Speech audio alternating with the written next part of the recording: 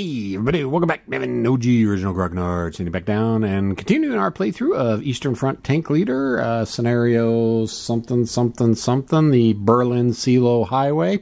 Kind of indicated last episode that I finally hit 1,000 subscribers. And I am going to be doing something for that, hopefully, if I don't get distracted and time allows and I get the motivation to do it. But we're looking at doing something, probably a giveaway of some sort for my 1,000 subscriber milestone. Oh, and I did, can't believe I completely forgot this. Big props and big thanks to Dan over at No Enemies Here, good friend of the channel, for doing that new intro. I've done intros in the past, and I know people don't like them sometimes, so we'll see how long I'll last with this one. But yeah, go check out his YouTube channel, No Enemies Here. Great channel for updated gaming news and information, and what's going on with other video game bloggers in the wide world of the internet. Anyways, so here we are, sitting back down, Eastern Front Tank Leader, turn 2, and we're kind of starting to see a little bit of the issue that a lot of people have said, that the scenarios are not as well designed as they could have been. In this one, if you remember, the Soviet forces that came on got an additional 2d6 2d6 movement points for them to play with, and I rolled an 8, so they got 8 extra movement points, which really, when you get down to it, is huge because, you know, the IS-2s have a movement of 4, T-34, 85, 7 movement of 7, so they got huge amounts of movement, but it's also kind of put them beyond the range for the German forces to be able to catch up for them. Now, the T-34s are gonna outrun the German tanks all day long, again with movement of 7. The ISs aren't, because they're relatively moving at the same speed. And since this is a game where the objective is to exit Soviet forces, and I haven't gone through and ran the math because I didn't want to. I wanted it to be kind of a surprise if I even bother, you know, doing victory points today, because we all know I tend not to pay too much attention to victory points. I just play for the experience of playing and really don't care who wins. It gives the Soviets kind of a huge advantage because their tanks can outrun the German tanks, and the German reinforcements don't come on for another 3 turns. In that time, those tanks can probably be exited. I mean, 7, and they're moving on the road, so basically moving 14 hexes a turn. Multiply that by 3 more turns. It's like, yeah, they're going to get off the map with no problem. And the T-34-85s, can they turn and fight against the Panthers and the King Tigers? Yeah, they could, but again, if it's coming down to you need to exit troops for points, let's let the Stalins, the ISs, the Joseph Stalin tanks deal with the German armor. So, not that it was something I was able to catch beforehand, although yes, I had been pre-warned that scenario design in Eastern Front Tank Leader wasn't the greatest. Evidently, it got really improved in Western Front Tank Leader and Desert Steel. But not so much in this game. We're kind of seeing that displayed in this scenario. So I need to decide if I want to be gamey about it and just run the T-34s off for the victory points and leave the poor ISs to suffer the fate for the Germans, or if I should try to put up a fight against the tanks. Well, like I said, if I was a gamey bastard, I'm not a gamey bastard, at least I try not to be a gamey bastard, then yeah, I would do that just for the sheer victory points, but I want to see how combat works. We want to play the game. We want to shoot at tanks. That's what we're here for. We want to blow stuff up. So, how am I going to achieve that? Can the Soviets just peel off and set up to start firing at the Germans? Maybe pull the T-34s back and form kind of a gun line in the ruins here? I don't know. Maybe they should try to form a gun line over here. We do know the reinforcements, the German reinforcements, are going to be coming on turn 4 on this road. And that's going to be 5 platoons of, I think those are Panthers. So that's kind of a beefy resistance. Should I take the T-34s, run them up here, and, you know, kind of set myself up into Overwatch? Maybe on this hill, or when the reinforcement. That's actually not a bad idea, because if I set up on the hill, then I can keep an eye both on those Germans. Okay, and then the reinforcement. Okay. I think we decided. I think we're going to run the T-34s here. And I think probably the Yosefs are going to engage the German tanks, because it's really a pain in the ass to try to. Well, see, it's a river. Crossing a river, I think, is only good at. I could cross at a ford. Yeah, rivers are prohibited, so I can only cross at a ford or a bridge, but it's a really slow process to get across a fjord. Ford, not fjord. Fjords are in Sweden.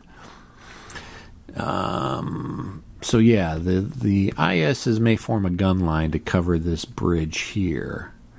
Yeah, I think that's what we're going to do. That's a great idea, Devin. That's brilliant. Brilliant, I say. All right, so let's go ahead and jump into gameplay. And again, as always, we have our formation cards, and it always starts off with the lowest formation, which is going to be the Soviets with their formation of D. Now, we got these guys in the front. But you got to remember, you got to keep that battalion cohesion going on, which I kind of messed up, and as we saw with having this stack separated. So actually, it's B17 is the one in the back. So let's go ahead and activate B17. And he'll be kind of the unit that will form up upon. So they're going to activate. Are the Germans going to interrupt? No, the Germans don't want to interrupt, because as soon as I interrupt and move, then all the Soviet tanks will swarm them, and I don't want that to happen. So yeah, okay. So no interruption. So B17 is going to actually take their operation for moving. And they've got a movement of 7. Now, procedurally, you move 1 unit at a time, but I'm not going to op fire because I need to move my Germans. But it's just procedurally so we can see what's going on.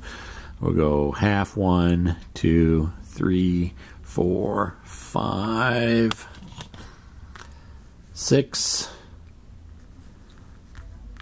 and then we'll make that 7. And then, like I said, normally you'd flip it over for ops complete, but that's a pain in the butt to go around and unflip all the counters at the end of the turn, so we're just going to leave that open. So that is procedurally what you do, 1 unit at a time.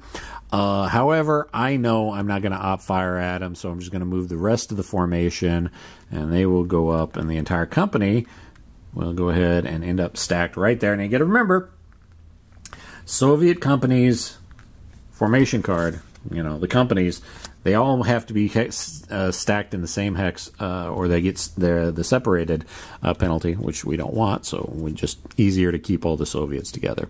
So that's the first one. That card is done. Now we go to the next initiative, which is again going to be a demorale, which is again all of 2-7 or 7th guards. So what's the next one in the back? That's A17. So let's go ahead. We'll play A17 as the next formation to activate.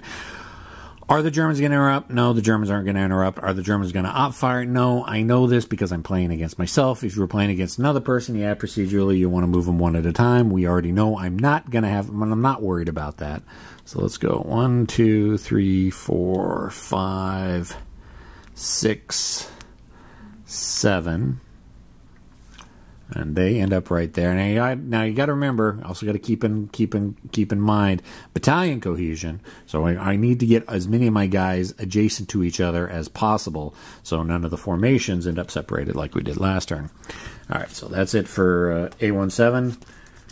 Next initiative, again, we're looking at the lowest initiative, which is still the Soviets because they've got Ds. The Germans have got A's, so they're not going to be putting down a formation card until it's either A's or they do an interrupt.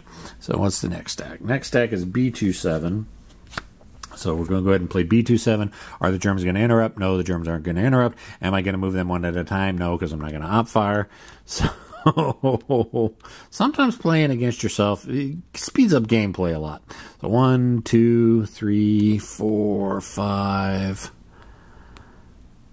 5.5, and I think we'll be happy right there. Remember, can't have more than if you overstack. And let's see what clear terrain. Yeah, clear terrain is only 3 vehicle units, so you don't want to overstack, and that's one of the rules I've always found the dumbest thing to do in games. I understand the reasoning before. Oh, if the hex is overstacked, eliminate overstack. No, it doesn't happen in real life. First of all, it probably wouldn't get in there, or if they would get in there, they would take lots and lots and lots of casualties if they were in there. It's always bugged me that eliminate overstacked units. It's just a little pet peeve of mine. Again, procedurally, would flip them over. Not worried about that. So go ahead and discard. Well, not discard that, but put that in the Ops Complete deck. Next, again, it's just a D. So it's going to be A27, which is the final formation right there. They activate, they're going to move. Again, I'd be doing one at a time. Is the Germans interrupting? No. Are the Germans going to upfire? No. So 1, 2, 3, 4.5. Now, I could leave them right like that. But let's see if we can move them 4.5, 5.5. And you got to remember, with the way the terrain is set up, the contours are just rolling. So 0 and technically level 1 is counted as level 1. So I'm not actually moving up the hill. So I can move right there. And I will still be able to maintain battalion cohesion because they're all within 1 hex of a central location. So they'll be able to lose that separated marker. But I'm not spending. Let's see, how much is it to move up? Actually, I don't even think there is a cost for moving. Movement point cost up in elevation is half movement. Ew. Okay, that's the most penalizing movement I've ever seen. Up elevation. Trucks pay, up elevation. 1/2 movement allowance, 3 asterisks. Unit expends 1/2 of its printed movement allowance, rounded down to inner hex of a higher elevation unless moving along a road, in which case it pays the road rate. Wow, I was not expecting that. Usually it's, pay an extra movement point, pay 2 extra, but half of their movement to go up in elevation terrain. That's pretty friggin' beefy. See, this is why I should probably examine games a little bit more before I start playing them when I haven't played them in 30 years. All right, so that's done with that now. We go on to the next formations, or the next C3I, which is going to be Cs. So we're looking at 44, 45. So 7th tanks, the parent command is actually an A. But so then now we've got C's, which is 28th Guards, the Josef Stalins. So what do we want to do? Let's look at the one that's in the back first, which is A28. Let's go ahead and activate A28. Are the Germans going to interrupt? No. Are they going to op-fire? No. So whatever. Oh, I just realized the Germans could, if they wanted to, could cross here. Crossing a stream is a lot easier than trying to cross a ford. Let's see. Creek. Oh, it's one in, one out, just like a ford. But they still could cross at these fords here rather than trying to cross the bridge. So the IS. So basically, we've got this kill zone right here that these Germans are going to have to move this way if they want to try to stop the T-34s and try to intercept. So my thinking is that the Germans are going to have to kind of come through this way. So we need to put the ISs in a position where they can start shooting at them. So let's go 1, 2, 3, 4. Wow, they just don't have movement. 4 movement points. They are chugga. They just ain't making it very far at all. All right, so that's it. Again, normally flip them over. I'm not worried about flipping them over because we've got so much other, well, I've explained why we're not flipping them over, although procedurally we should. All right, next formation. So again, comes down to C3I. The C's, I probably don't need to say that every time I do it, but for some reason I feel I need to, because if you have viewers out there that are like me and are sometimes dumb, you need things repeated several times. So I'll go with B28. Are the Germans going to interrupt? No. Are they going to op-fire? No. So they're just going to go ahead and move. So 1, 2, 3, 4. Yeah, we'll go there. I'm going to try to keep these guys in battalion cohesion this time. May not work out. So next formation, let's see, it's C28 is in the back, so we'll play C28. No interrupts, no fire, so yada, yada, yada. 1, 2. What is it to move into ruin? ruins. Ruins. One movement point, 2 for trucks. Yeah, so we've gone 1, 2, 3. And how much does it cost to move into wood buildings? Really, 1/2 to move into wood buildings. Huh. Alright, so we'll go ahead and shift those guys there. And basically what I'm doing is setting these guys up to be a firing line to shoot at the Germans when they start coming across. Because you got to remember, you either move or shoot in your turn. You can't do both. And so that makes the game a little bit more difficult, that you got to think about what exactly you're doing. So, all right, so the next command card is going to be final D28 company. Are the Germans interrupting? No. They're going to fire? No. So 1, 1.5, 2.5. All right, so that's kind of a nice little firing line right there. And I've got some localized reserves with a company in reserve, and they've got a range of 9, so they're going to be able to 1, 2, 3, 4, 5, 6, 7. They're going to be able to reach out. So yeah, and they're all maintaining battalion cohesion, so we're good with that. So I think we're done with that. Now for the next C3I command, which is going to be 28th Guards. The command card, I already moved everybody. No units are suppressed, so I can't use this card to try to recover company suppression. So really, this card's not doing anything. Could the Germans interrupt? Yes, the Germans could interrupt. They're not going to. This card gets put to the ops complete pile. And the ops complete pile, again, that's just kind of a term I'm using myself. They don't say what exactly where you should put the cards. I'm just saying ops complete because they're operations complete. So again, now we're getting down to the final cards. It comes down to A, C3 because that's the only one that's left. We've already done all D, C's, and B's. But the Soviets always has to play in cases of tied C3I. Soviets always play first, so the Soviets play 7th Guards Tank Brigade. Again, this card can be used to activate a formation. However, the formations have already been activated. Even though they're not flipped over, I remember that I've moved them, and they're ops complete. So this card, and again, there's no suppressed formations, so I can't use the card to rally them. So it's a discard. Now we got the Germans left, which is our 2 companies, A91, B91. So which ones do we want to do first? Let's do the slowest movings would be the King Tigers. So let's get the King Tigers first. And their whole movement of 3. Now again, actually, we may move these guys individually. Because you got to remember, these Soviet companies, their entire company needs to be in the same hex to be, or they'll end up separated. With Germans, they can be 2 hex or 1. They can have 1 intervening hex. So as long as they're around a surrounding hex. So let's go ahead. Let's move these individually. 1, 2. Now, actually, they're all going to end up there anyways. So let's go ahead and move the entire company now. So there's that. That's their movement. Again, normally I'd flip them over. Ops complete. I know we're done with that. Card, ops complete deck.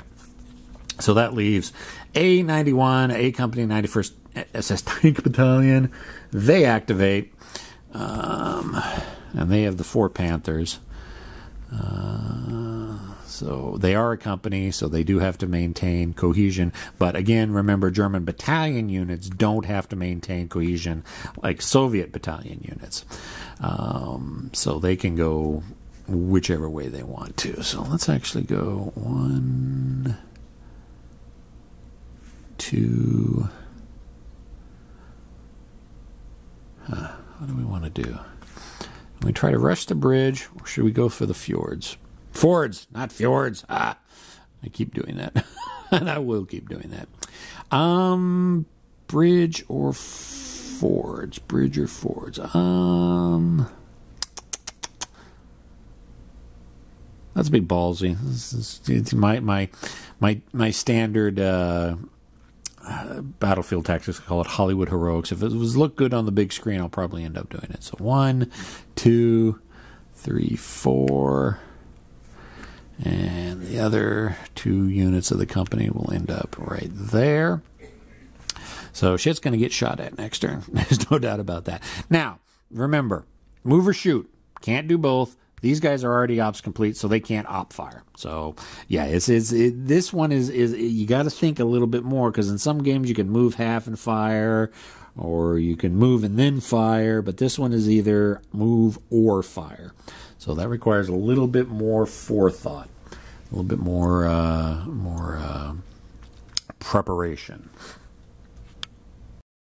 And at the end of the turn, what we have, we've got the morale phase. No units have lost anything. There's nobody suppressed. We do have to check for separated units.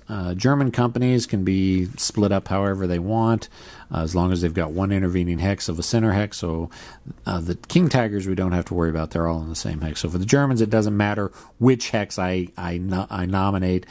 They're going to be within one hex of whichever hex I nominate. Again, with the Soviets, the same thing. Well, got to make sure we nominate one of these 2 inner hexes. If I nominate this one, then only the surrounding hexes, and he'll be separated again. But we'll nominate this one as the center hex, and that'll catch all of them. So that'll take the separated marker off them. And the same with the Joseph Stalins. We'll just nominate that one, and everybody's back in command formation. And that ends the turn. Turn 2 to turn 3. All right, that was about 20 minutes. I think we can continue gameplay. All right, so we're going into turn 3. Looking at C3I cards again. Again, the lowest. Always start lowest to highest is D, which is going to be 7th guards. So. Do they want to take pot shots at the German? Well, we're going to have to activate first. And honestly, I think what I'm going to do is I'm going to keep the T-34s moving up the hill, because if it takes half the movement to get up here, if I want to be on top of that hill by turn 4 and the German Panthers come on, I want to be in position. So yeah, okay. So let's start off with the guys in the back. I think it's probably better to start off with the guys in the back, so I know how to keep my formations from becoming unseparated, kind of, moving at the pace of the slowest unit. Well, technically they're all the same speed, but the guys in the back have got the furthest to go, so they're kind of the slowest unit. So B-27. Now, are the Germans going to interrupt? Could the Germans interrupt? The Germans could interrupt. Do they want to? That's the question. Do I want to take pot shots at the T-34s before they activate, or do I want to take pot shots at the ISs even before they activate? So I know he's going to have to move this entire formation first, because they're the lowest C3I. It's not like he can play a command card to interrupt his own formation. At least I don't think he can. Maybe. I don't recall reading this, so we're going to go on the assumption that he cannot interrupt his own command card. So all these guys are moving. And yes, there's a little bit of meta, because I know I want to get the guys onto the top. So no, I'm not going to interrupt. No, I'm not going to op fire at him. So B-27, so I'm just going to move the entire unit, or the entire formation, rather than by unit. So we're going to go 1, 2, 3, and then it's going to cost 3.5, well, 3 rounded down, to get up. Because remember, with the way the contours work in this one, is since it's rolling, yellow and green are counted as level 0. The light brown is considered as level 1, and dark brown is considered level 2. So that's where they end up. And that's cool. I'm good with that, because next turn they'll be able to get up on top of the hill, which will still be a turn before. Oh no, this is turn 3. So yeah, they'll get up there as the German Panthers come on next turn. So normally I'd flip them over, be ops complete, but again, we've already seen with the last video how much of a pain in the ass that is. To try to flip everything back over. So ops complete. So what's the next formation? Again, it's going to be a D-C3I, but let's go with B-17, which is that company right there. Are the Germans going to interrupt? No. Are the Germans going to op fire? No. So these are the little questions I ask myself, so I can kind of speed up gameplay. So we'll go 1, 2, 3, 4, 5. Should I move another? Yeah, let's go 6. No, I'm not probably.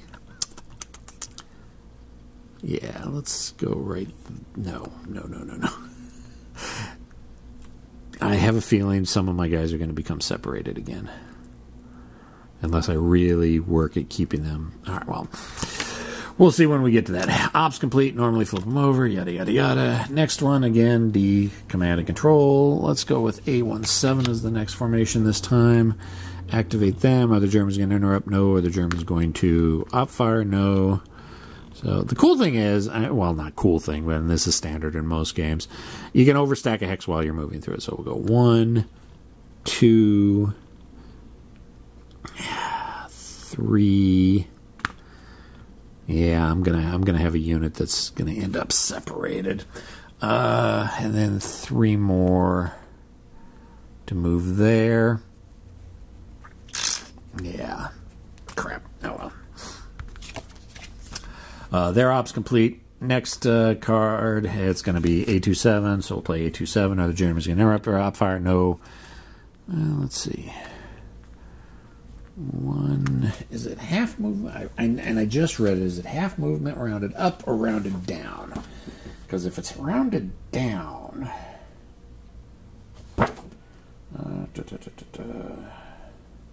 rounded down. Okay. So we got 1... half movement rounded down is 3.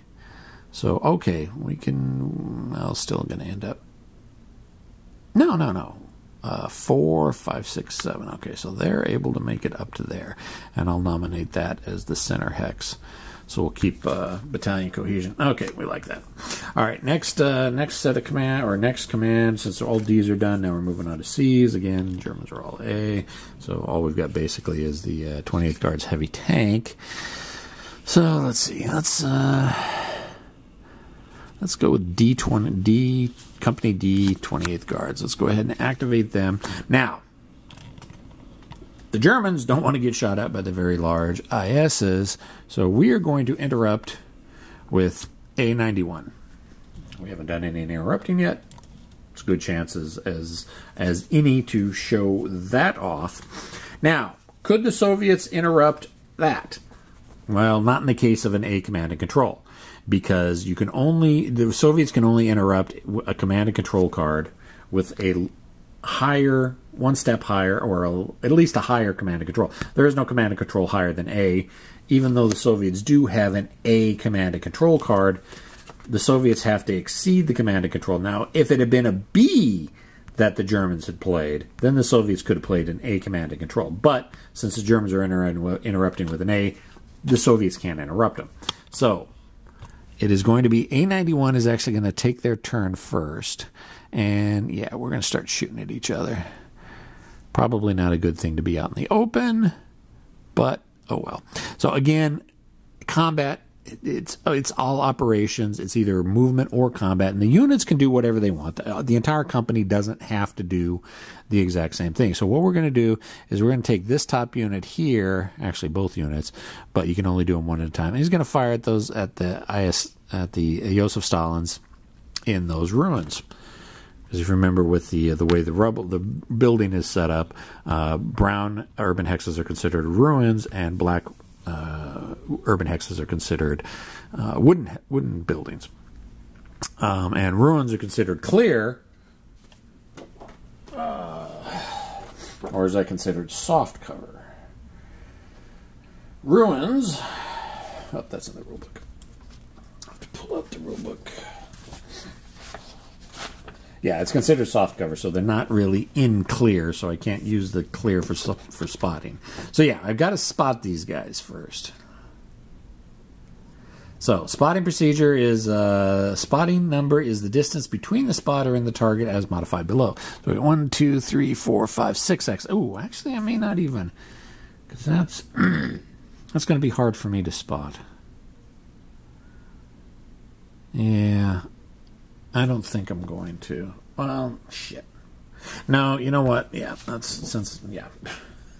we're not going to interrupt it.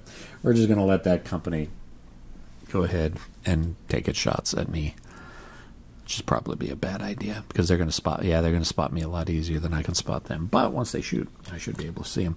All right, so D company are these two units here. So again, we're going to try to shoot. So we got to spot them first, count out the distance. 1, 2, 3, 4, 5, 6. Okay, now since these guys are in open, so I mean these are clear open terrain hexes, the spotting number is divided by 3 if they're in open. Target is in clear terrain, divide the spotting number by 3. So 6 divided by 3 is 2, so they need to roll a 2 or better than 2 or 2 or better. I think it's 2 or better. So it's a 4. So the first unit was able to spot the panthers that are sitting out there, or tigers, or whatever the hell they are. So they're going to shoot. So, well, how does combat work? All right. So you take your anti-tank value, which is the first number. Let's go ahead and pull up the counter so we can kind of see what we're talking about. So you have the 4, which is their movement. Then the first number there, that's the anti-tank value. That's their defense value. And 5 is anti-infantry value. So we don't have to worry about that because we're not playing with infantry. So it's a 13. So we've got 13 attack factors versus the defense of this unit, which is a 9. So that's a +4 advantage that the Soviets have. Now, we got a whole bunch of modifiers. Favorable to the firer. Target on the road? Nope. Each additional vehicle in the target hex? Yep. So now we're up to 5. Does not belong part of a shaken. Is the target green? No. Is the fire veteran? No. Infantry performing close assault. So we're still at a 5. Favorable to the target. Is the fire green? No. They're standard. Is the target veteran? The target is veteran. Now we can tell that by the V right there. So they are a veteran, so it's back down to 4. Is the target suppressed? No. If target moved this turn, target is in hard cover, anti-infantry, target is in fire zone, yada, yada, yada. We're still looking at 4. And it's also modified by range, only 1. Is it within 5 hexes, 2 hexes, adjacent, same hex? We don't have any of that. So we're looking at a net gross so far of +4. You take 3d6, roll them all together. That's a bad roll. 6. So we had 4, 5, 6, 7, 8. So our total attack value was 8. We look at the combat results table, and we rolled an 8. Target is a vehicle, so that was a miss. So it was a big goose egg for that Soviet unit, and they fired, which is not good because now the Germans are going to be able to see them much easier. So we've got a fired marker. I'm just going to leave it off to the side for a little bit. Probably put this a little bit clearer so it's more in screen. Okay, so that was the first platoon of D Company. So now we've got the second platoon, which is basically going to do the exact same thing and fire at the exact same target. We've got to spot them. So we already know what the spotting roll is. The roll. I see. This is why I should get my dice cup out. So yeah, spotted them. Again, modifiers are still the same. It's a +4. Yes, I need to get my dice cup out. 8, 9, 10, 11, 12, 13. So we look at the combat results table. A 13 versus a target vehicle is a hit +1. Okay, so when you hit a unit, it means you force a morale check on them. And the +1 indicates that that's their morale +1 that they got to roll against. So you take a look at the formation card of the unit that the formation was with. And it says right down here, morale 10 +1. Okay, so now the +1 is for every time you lose a unit in that formation, that modifies the dice roll. So if this formation had lost 2 units, every time they made a dice roll, I'd have to add +2 to it. We haven't lost any units in the formation yet, so I don't have to worry about that. So the morale is 10, so it's a 10, and the combat results table, I need to make a morale check at +1. So it's basically +1 to the dice roll. Now, this one, morale is done with 2d6. Not 3d6 like combat is, but 2d6. So I'm looking at a 10, but it's +1 on the dice roll, so basically I need a 9. So we've got a 7, which is under the morale, was what you're rolling for. So the unit is not suppressed, but it has fired, or has been fired at. So we've got the fired marker on there, and this one I will go ahead and mark fired because there are combat results that do come into or spotting results that do come in with units that have got fired markers on them. All right, so now Again, we look at the command and control cards. Again, we're looking at C's because that's the next lowest that we have. I think we're going to go with C Company, 28th guard, so we'll go ahead and play that. Are the Germans going to interrupt? Now, almost kind of tempting and worthwhile for me to fire at them now, because with the fired marker on that German unit, or on the Soviet unit, if there's a fired marker on the target, it is automatically in clear. So basically, I now know where they're at because they're shooting at me, so it's easier for me to spot them, so it's easier for me to dice roll it. Normally, beforehand, since they were in soft cover, they weren't in clear, I didn't need it, and they were 6 X's away, I didn't need to roll a 6 to spot them. However, since they fired, they're now considered in clear terrain, even though they're in the ruins, but they're shooting, so I know where they're at. So with a range of 6 and they're in clear, it's divided by 3, so I'll need a 2 or less. So it's tempting for me to interrupt that card right now. If I do that, basically all 4 of the Panther, or for all 4 of the Tigers I have, you know what? I'm going to check the I'm going to check the stats, because I can't tell what it is from the graphic. So let's take a look at the master chart. Okay, that is a Tiger 1. Does not look like a Tiger 1. Okay, so those are Tigers. But all 4 of the Tigers would only have those 2 units to shoot at, which really isn't probably a bad idea, because, you know, the more shots you put into something, the better chance. But if I wait for another unit to fire, then I've got multiple targets that I can shoot at. So are the Germans going to interrupt? No, the Germans aren't going to interrupt. Soviets are going to play. It's basically going to be the exact same dice rolls we had last time. Shooting at the lead unit 6 X's away. They're in the open. Divide by 2. Or divide by 3, so I need a 2 or better. 5, they spot. We know the modifications, the complete modifications were 4. Ooh, this is a good one. It's a really good one. 19. Okay, 19. Oh, balls. 19. That's a kill. That is a flat-out kill. So, completely destroyed one of the Tiger formations. Now, you remember what I was saying earlier about if they have forced to take a morale check, then you have this dice roll modifier for every unit they've lost. Now that's going to start kicking in because they've lost 1 tank so far. Let's go ahead and stick that up there, and that'll help me remember how many units have lost. And then the second unit of the company is going to fire, and again, they need a 2 or better to spot. Oh, they rolled a 1. They failed to spot. Now, the thing is, the rules as written, even if they fail to spot, it is considered that they have fired, which means they get marked with a fired marker. I'm not sure I'm a fan of that, because if you can't see the target, you're not shooting at him. If you're not shooting at him, you're not giving away your position. But that's the way the rules are written, so they get marked with a fire as well. Ops complete on that card. Now, let's go for B28. All right. Are the Germans going to interrupt? Well, can they see me? Yeah, they got line of sight. Yeah, you know what?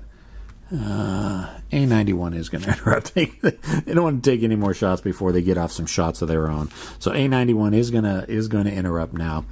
So the first one is going to go ahead and take their shot, and it's going to be the same sighting, roll back and forth. Before, I needed a 6 because they were in soft cover and they weren't in clear. Now, however, since they have fired, I've spotted them easy. I've spotted them easier, so it's going to be easier for me to spot them. They're considered in the clear. 6 X's divided by 3 is 2, so I need a 2 or better. Hey, there we go, almost.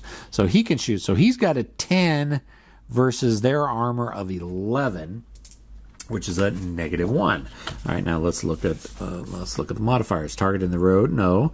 Each additional vehicle in the target hex, there is an additional vehicle in the target hex, so that's a +1, brings it up to 0. Is the target shaken? No. Is the target green? No. Is the fire veteran? The fire is veteran, so that brings it up to a +1. Infantry performing close assault? Nope.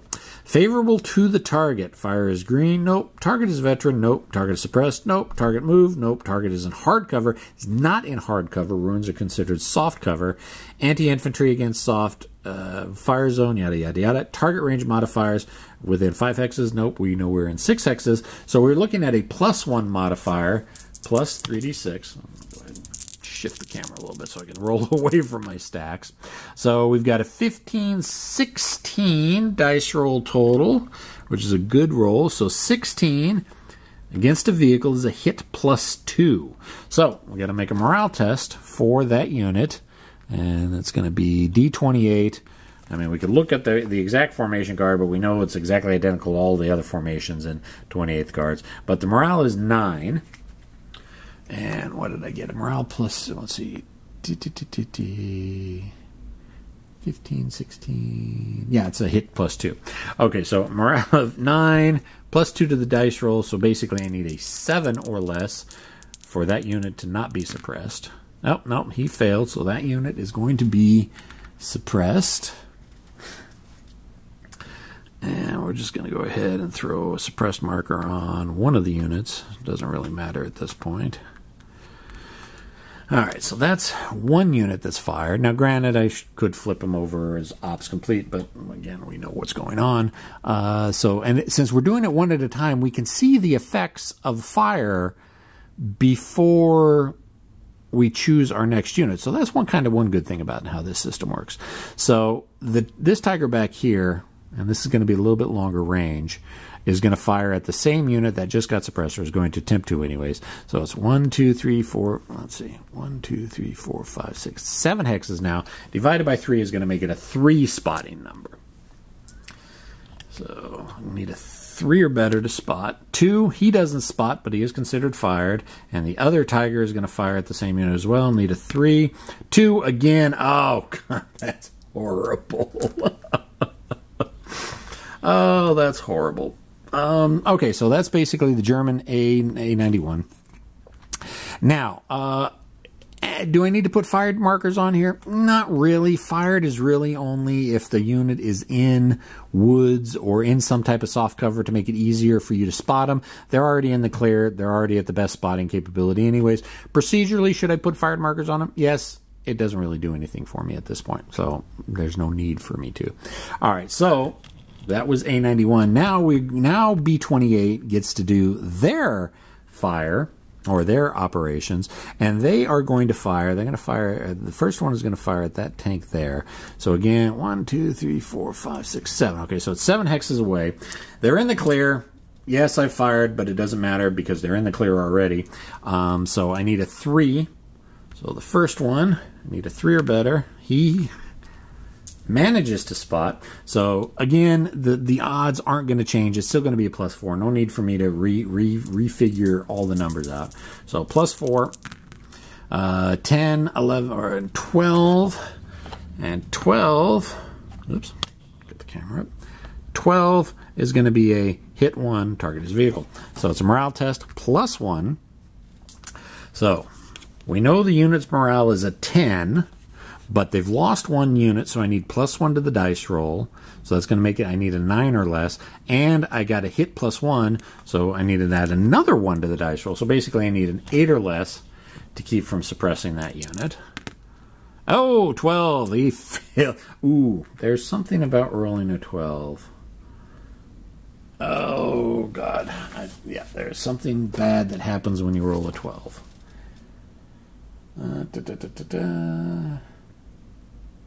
Oh, no. That was, okay. If you roll a 2, then good things happen on morale. So it's a failed, so he's going to fail his, and he's going to become suppressed. Now, the second unit in the formation is going to fire again, or at least attempt to fire. Roll spotting. 5 spots them. Again, it's a 4 morale, or 4 combat factor. 10, 14. 14 is a hit +1. 14, hit +1, so it is going to be 10, but +2 on the dice roll because the unit's taking a hit, and the hit from the modifier from this combat. So I need an 8 on 2d6. 7, okay, they made it. Now, you're looking at, well, it's probably really, really hard to kill you. Yeah, well, it really is, unless you can get to that 17 threshold. However, if a suppressed unit suffers another suppression, then they're dead. So that's usually what you want to do, is you want to double up fire. You want to suppress a unit and then fire at it, and hopefully you can break it again, so they fail their motivation. All right, so that's going to be ops complete. And yeah, again, could I put fired markers on here? Yeah, but they're in the open. There's no sense putting the fired markers on there, and I know they've already done their action. So next formation card is C, or the same C3I is C, so that's A28. Do I want to move? Do I want to do anything with them? No, I think I kind of want to keep them as a reserve in case anything happens to the front lines. Yeah, it's a good idea to have a reserve. So they're not going to do anything. They're going to pass. So the next thing is going to come down to B. 28th Guards Heavy Tank. Could I use this card to activate the one company that I didn't move? Yes, I could do that now, even though I just decided. Now, had there been intervening cards that were played and the tactical situation changed, when it comes up, all right, the command card comes up for the 28th. Now maybe I want to use this command card to activate A28. Again, the situation hasn't changed any. The formation isn't shaken, so there's no need for me to use the card. Kind of a wasted card. Oops, you know what? We totally forgot. Oh, no, I did all that. I'm getting way ahead of myself. All right, so the next command card is, we got 2 command cards left that are both A's. However, Soviets, since they're matched, Soviets always have to play it first. 7th Guards Tank Brigade, they've already activated. There's no shaken formation, so nothing really I can do with this card. And that card is rendered ops complete. Now, we've got B91, which is the King Tigers. I don't want to try shooting at this range. Although they have fired, it would be considered clear. What's the range? 1, 2, 3, 4, 5, 6, 7, 8, 9. So I'd be looking at a 3. That's a 50-50 now. No, we're going to move them. And the Soviets have got nothing everything's op complete, so I don't have to, well, except for that unit. But that unit's not going to be able to op fire at me unless I move further than that hex line. So anyways, so we're just going to move the whole formation. 1, 2. Do I want, let's see. Do ruins block line of sight? They're a soft cover, but do they block line of sight? That's the question. Operations, line of sight. Tactical doctrine, spotting and blocking terrain. Higher, same elevation. Any woods, forest, or buildings. But are ruins considered buildings?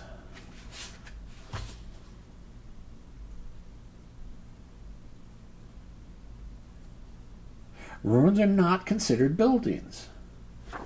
Treated as clear for line of sight purposes.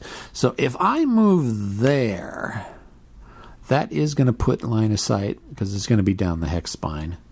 Well, it's going to be past the hex spine. If I move there, they'll be able to op fire at me. We don't want them to op fire at me. So we're just going to stop right there, and that's going to be ops complete. Oops. So if I'd have moved, because you couldn't see it, because I'm an idiot with the camera sometimes. If I move to there, I will, the IS-2s that haven't done anything, and technically are the only things still on the board that's not flipped over other than the King Tigers I'm moving. If I move there, they'll be within line of sight, because those hexes are considered ruins, and ruins is considered clear for line of sight. Ha ha ha. So we're not going to move there, so we're not going to give the op fire chance, and since I moved, I can't shoot, which is basically going to make it ops complete. All right, into the morale phase. Now, we do have a couple little differences in what happens during the morale phase, because basically we've got a few extra things that have happened this turn. Okay, take morale checks for all suppressed units on the map to see if they recover. All right, so let's just go ahead and start with this one. We'll go with A91, and it's a straight-up morale test, so it's going to be 10, because that's a morale, but we have to add 1 to the dice roll because the formation has lost 1, so I need a 9 or less. So that's a 5, so okay, they're no longer suppressed. And then we've got this Soviet unit over here, D28. Let's see, what's their morale? Their morale is a 9. They haven't lost any units in the formation yet, so we're just looking at a straight up 9 or less. 6, so they're fine. So they become unsuppressed. So that happens first. And everybody recovered from their suppression. Okay, then what's next? Players make formation morale checks for all combat formation that lost a unit in the current turn. So, we only have one unit that lost a unit in the current turn. That was A91. They lost a Tiger. So the entire formation needs to make a morale check. And they make a morale check at 10 minus 1. So again, it's a 9. Really need to make this roll. Okay, 7. Now, had the formation become shaken, the card would have gotten flipped over, and I can't use the formation until it becomes unshaken, which means they'd have been sitting out there as sitting ducks for at least the next turn. Fortunately, we made the suppression check, so we don't have to worry about it. Then players must eliminate all overstacked units. We don't have that. Remove unoccupied entrenchments and fire zones. Then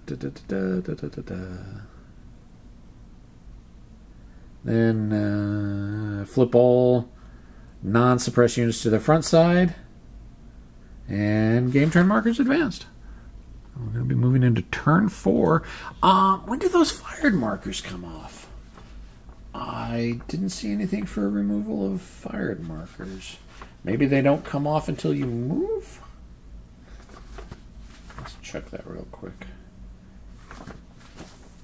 Actually, you know what? I'm not going to worry about it right now. My camera's flashing at me. Low battery, low battery, low battery. Yeah, I really need to get a new camera. So, that's what we got. We got through 2 turns of combat. We're going to be stepping into turn 4 next turn. Germans have already lost a platoon of Tigers. Again, not really surprising going against IS-2s. That's what we have. Questions, comments, concerns, complaints, criticisms in the comment section. I'll see everybody next time. See ya!